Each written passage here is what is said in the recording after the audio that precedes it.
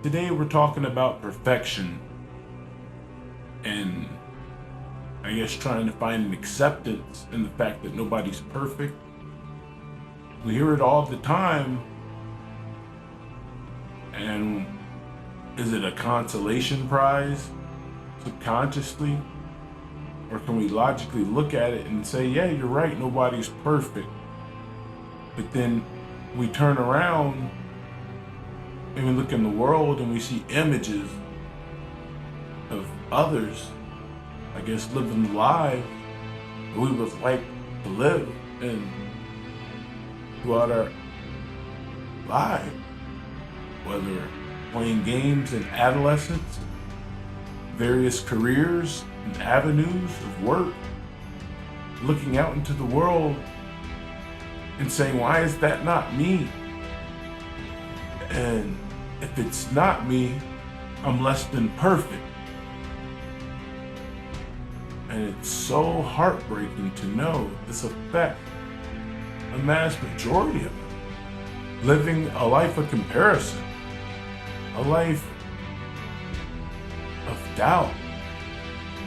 It really feels empty and it hurts. But yet we muddle it up and we put it under a rug as if it's okay. We've normalized our pain. And that's what causes me so much stress. And I can't say stress because I'm not stressed. I'm not losing sleep. But it does hurt because I know myself, I have to do more and I can do more. And I know you can do more. But it's not more in the direction of what everyone else is doing. It's more in the direction of our dream and of our vision. It's not that we're looking out at the world and saying that they're figured out. We see others working towards their dreams and their visions. And we know we have the ability. We just have to build up the ambition. And we know we have perception and we can see things. We just need to aim with precision. We're so close, but then at some times we turn back around. Where are we going? We're lost, we're found, and then lost again in the wind. Lost again in the trend. Lost again in our friends. Lost again in women and men. Lost again in whatever flashes before our eyes on that screen. Getting lost again in the work that we do to help build someone else's dream. I mean, running around in agony at times. And it's true. Look at the help that we're seeking. Look at us as a society. Look at what we do. You can't deny that we're not hurting. Look at the depression. Look at the anxiety. Look at the prescriptions. Look at the person that I need to talk to. I'm paying for somebody. Paying for somebody. When there's a neighbor next door, we could just knock upon the door. What happened to being human?